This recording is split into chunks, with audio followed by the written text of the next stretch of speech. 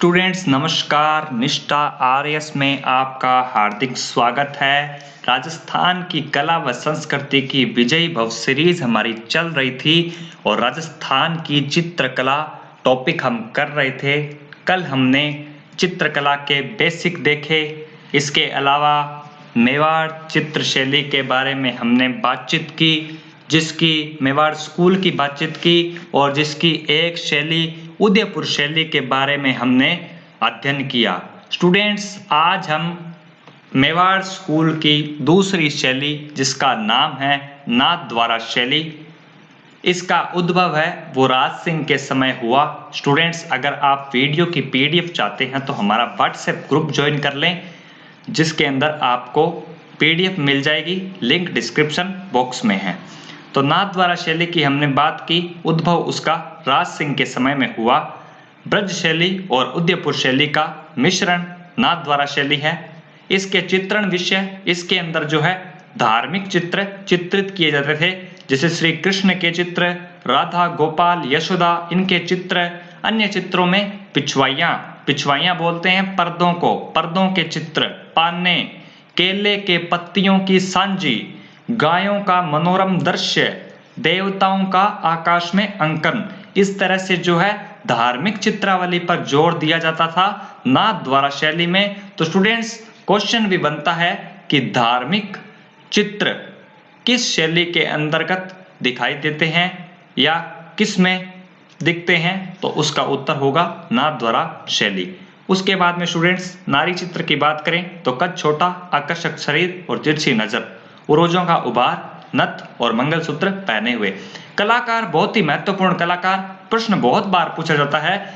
इसकी महिला कलाकार है वह कमला इलायची। सीधा सीधा क्वेश्चन आता है कि कमला इलायची चित्रकार संबंधित है, तो ये नाथद्वारा शैली से संबंधित है। पुरुष कलाकार चंपालाल, चतुर्भुज, घासीराम, नारायण, रामचंद्र, रामलिंग, तुलसीराम, ये धार्मिक भक्तजन टाइप जो नाम है ये आपके नाथद्वारा शैली में आते हैं। उसके बाद में देवगढ़ शैली, ये राजसमंद में विकसित हुई। राणा जय सिंह के समय रावत द्वारिका दास चुंडावत ने यह देवगढ़ ठिकाना स्थापित किया। देवगढ़ ठिकाना स्थापित किया और 1680 ईस्वी के रावत थे वो 16वें उमराव कहलाते थे। शैली को विकसित करने का श्रेय द्वारिका दास चुंडावत जी को जाता है और इसे नवीन स्वरूप, इस शैली को नवीन स्वरूप श्रीधर अंधारे ने दिया। पीले रंग का इस चित्र शैली में प्रयोग किया जाता है और मारवाड़, जयपुर और उदयपुर तीनों शैलियों का इस चित्र शैली पर प्रभाव पड़ा है। चित्रों में रेतीले टीले, राजसी ठाट बाट, जो राजा महाराजाओं के ऐशोआराम थे उनके चित्र और इनके कलाकार काफी महत्वपूर्ण है, पूछ लिए जाते हैं। कमल, बैजनाथ, चोखा, हरचंद, नंगा, बख्ता। इस शैली के भित्ति चित्र अजारा की ओवरी में देखने को मिलते हैं। ये स्थान है जहां पर इस शैली के भित्ति चित्र, दीवारों पर जो चित्रण है वो देखने को मिलते हैं।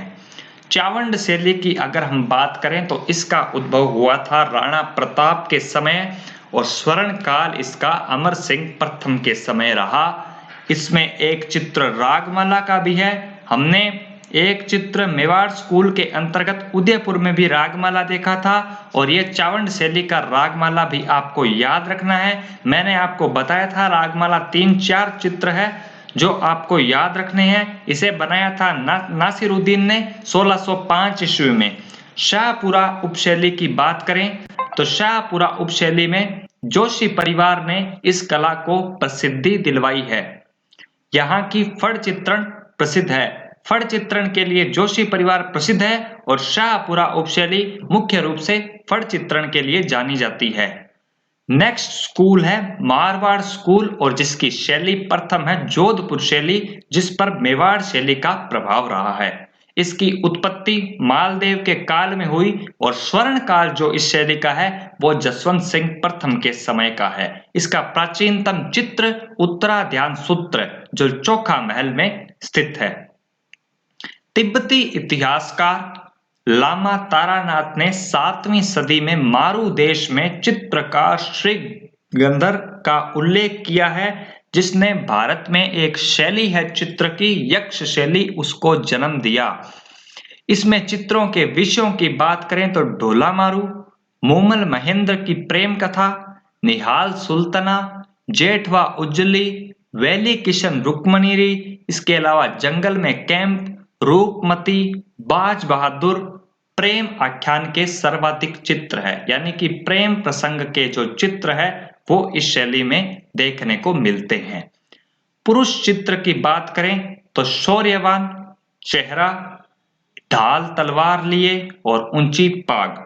नारी चित्र की बात करें तो मध्यम कद, गठीला बदन, राजस्थानी लहंगा पहने हुए, श्रृंगार के सर्वाधिक चित्र, बादाम जैसी आंखें। स्टूडेंट्स, ये पुरुष चित्र नारी चित्र कैसे होते हैं, क्या होते हैं, इनसे प्रश्न पूछने की संभावनाएं बहुत कम रहती है। उद्भव, स्वर्णकाल, चित्रकार, प्रमुख चित्र आपको याद रखने हैं। ये आप एक बार के लिए पढ़ लीजिएगा, क्योंकि कभी कभी प्रश्न पूछ लिया जाता है तो हमें कोई भी प्रश्न गलत नहीं करना है। चित्रकार 1623 में वीरजी चित्रकार द्वारा रागमाला चित्रित किया गया। ये एक और रागमाला चित्र हमें देखने को मिला, तो ये रागमाला चित्र है, ये वीरजी चित्रकार के द्वारा चित्रित किया गया। स्टूडेंट्स, इसके अंदर अगर चित्रकार अन्य चित्रकारों की बात करें तो किशन, बिशन, छज्जू भाटी, अमरदास, जीतमाल, कालू, देवदास, नारायण दास और दाना भाटी। आर मुल्लर ने इस शैली को कंपनी प्रभाव नाम दिया।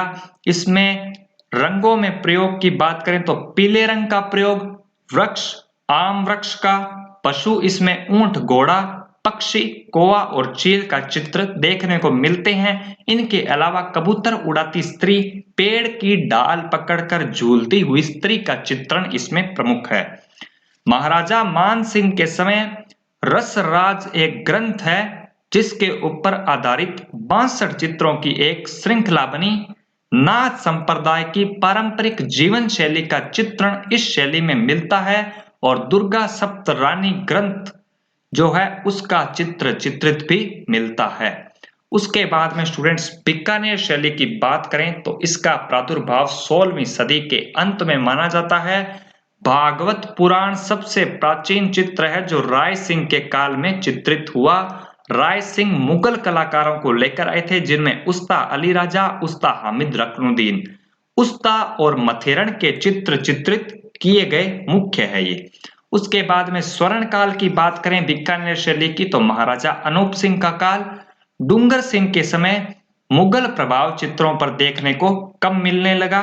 सर्वप्रथम चित्रकारों के नाम पता लिखा जाना इसी शैली में शुरू किया गया। काफी महत्वपूर्ण है कि बीकानेर शैली से ही जो है चित्र चित्रित करने के बाद नीचे चित्रकार अपना नाम पता लिख दिया करते थे। ये नाम पता लिखने की जो शैली है उसकी शुरुआत इसी चित्र शैली के अंतर्गत की गई। यहाँ दक्षिणी शैली के प्रभाव के कारण रेतीले टीले के साथ फंवारे चित्रित किए गए हैं। नारी चित्र की बात करें, खंजन जैसी आंखें, लंबा कद, घेरदार घाघरा, तंग कापड़ी या चोली। चित्रकार चंदू, मुन्ना, जयकिशन, रामकिशन, रकुमुद्दीन, अली रजा आदि। बीकानेर शैली में जर्मन कलाकार एएच मुल्लर द्वारा यथार्थवादी शैली के चित्र रखे गए हैं। उसके बाद में नेक्स्ट बात करते हैं नागौर शैली की। यहाँ के अमर सिंह राठौड़ महल में भित्ति चित्र बने हुए हैं। घुड़दौड़, हाथी लड़ाई, 12 नारी आकृतियां तैराकी की मुद्रा में दिखाई गई है, तैरती हुई दिखाई गई है। इन्हें आर अग्रवाल ने पर्शियन गाउन की संज्ञा दी है, काफी महत्वपूर्ण है। बुझे हुए रंगों का प्रयोग यहाँ किया गया और स्त्री चित्र में पारदर्शी वेशभूषा का चित्रण है। किशनगढ़ शैली बड़ी ठणी यही है। राजा सावंत सिंह, नागरीदास, ये जो शैली है ये बड़ी ही महत्वपूर्ण है क्योंकि बड़ी ठणी का चित्र इसी शैली के अंतर्गत आता है और एग्जाम में काफी बार प्रश्न पूछा जाता है। इस शैली पर प्रभाव कांगड़ा शैली का पड़ा और ये कांगड़ा शैली आपके हिमाचल प्रदेश की है। यहाँ के संप्रदाय वल्लभ संप्रदाय से दीक्षित रहे हैं। राधा कृष्ण की लीलाओं का चित्रण किया गया। राजा सावंत सिंह, जिन्हें नागरीदास भी कहते हैं, उन्हीं का काल इस शैली का स्वर्णिम काल कहलाता है और इस शैली को प्रकाश में लाने का श्रेय एरी डिक्सन तथा फयाज अली को जाता है। उसके बाद में स्टूडेंट्स एरिक डिक्सन ने बड़ी ठणी को भारत की मोनालिसा कहा है, काफी महत्वपूर्ण है। शैली के मुख्य पात्रों की बात करें तो सावंत सिंह और बड़ी ठणी भी इसका एक तरह से पात्र है। रसिक प्रिया, राधा, इन्हीं के नाम है बड़ी ठणी के। बणी ठणी चित्र के चित्रकार मोर ध्वज निहालचंद थे। इन्होंने बणी ठणी के अलावा एक अन्य चित्र सांझी लीला भी बनाया।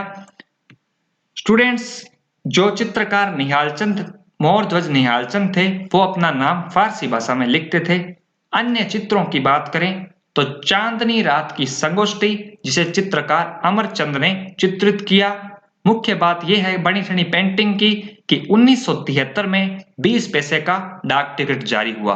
स्टूडेंट्स, चित्रकला का जो हमने आज 2 स्कूल पढ़ लिए हैं और कल इसी एक स्कूल का जो है एक शैली रह गई है, जिसके बारे में हम कल बात करेंगे और इस टॉपिक को कंप्लीट कर देंगे। स्टूडेंट्स, अगर वीडियो पसंद आई हो तो लाइक करें, शेयर करें और सब्सक्राइब जरूर करें। स्टूडेंट्स, आपका एक सब्सक्राइब बहुत मोटिवेशन और खुशी प्रदान करता है। स्टूडेंट्स, हम आपके लिए इसी तरह शानदार शानदार कंटेंट लाते रहेंगे।